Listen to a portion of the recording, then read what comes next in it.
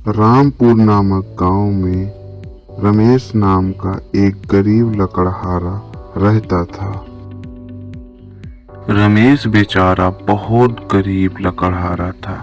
वह दिन भर लकड़ियां काटता रहता था और जब लकड़ियां कट जाती थी तो उसे बाजार पर बेच देता था। लकड़ियां बेचने के बाद उससे जो पैसा मिलता था उसी से रमेश अपना और अपनी पत्नी का पालन पोषण करता था। रमेश गरीब था लेकिन फिर भी वह बहुत दयावान व्यक्ति था, इसलिए सभी लोग उससे बहुत प्यार करते थे। रमेश अपने इस स्थिति से बहुत चिंतित रहता था। एक दिन जब रमेश जंगल में लकड़ियां काट रहा था, तभी उसे उसी पेड़ पर एक गुप्त दरवाजा दिखाई दिया। रमेश उस दरवाजे को खोलकर उसके अंदर गया तो वहां पर एक बहुत बड़ा कमरा था जिस पर ढेर सारा खजाना रखा था। इतना सारा खजाना देखकर रमेश को अपनी आंखों पर विश्वास नहीं हुआ, लेकिन जल्दी उसे पता चल गया कि यह कोई सपना नहीं हकीकत है। रमेश ने सोचा, इतना सारा खजाना मैं एक बार में नहीं ले जा पाऊंगा, इसलिए रमेश ने उस खजाने के ढेर से कुछ खजाना लेकर चुपचाप अपने घर वापस आ गया।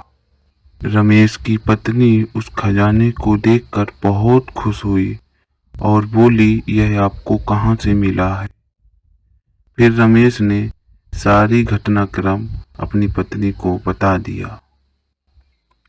फिर रमेश उस पैसे में से ले जाकर उससे एक ट्रैक्टर खरीदकर घर ले आता है।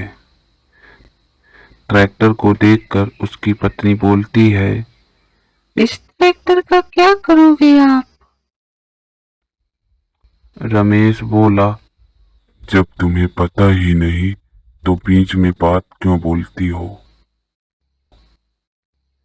फिर रमेश उस ट्रैक्टर को लेकर अगले दिन उसी जंगल में जाता है जहां पर वह खजाना था। रमेश चुपके से उस दरवाजे के अंदर जाता है और सारा खजाना अपने ट्रैक्टर पर लाद कर अपने घर ले आता है। फिर रमेश ने सोचा, अगर यह खजाना ऐसे ही घर पर रखा रहा तो इसके चोरी हो जाने का खतरा बना ही रहेगा। इसलिए रमेश ने अपने लिए एक अंडरग्राउंड बेसमेंट बनवाया जिसमें वह सारा खजाना छिपा दिया। अब रमेश बहुत धनवान आदमी बन गया था। वह उस पैसे से लोगों का भला करता था और गरीबों में दान करता था।